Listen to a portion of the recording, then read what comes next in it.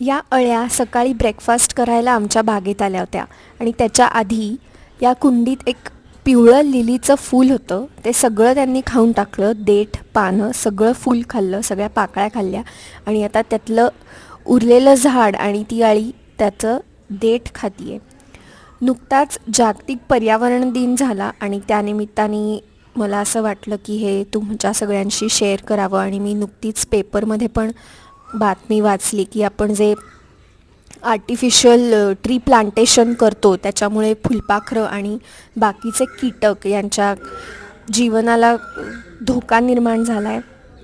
आणि पुण्यातल्या पण बऱ्याचशा टेकड्यांवर जिथे नॅचरल झाडं आहेत तिथे फुलपाखरांची विविधता किंवा डायव्हर्सिटी टिकू नये, पण जिथे झुडपं काढून मोठे वृक्ष लावलेत तिथे फुलपाखरांची संख्या कमी झाली असं एका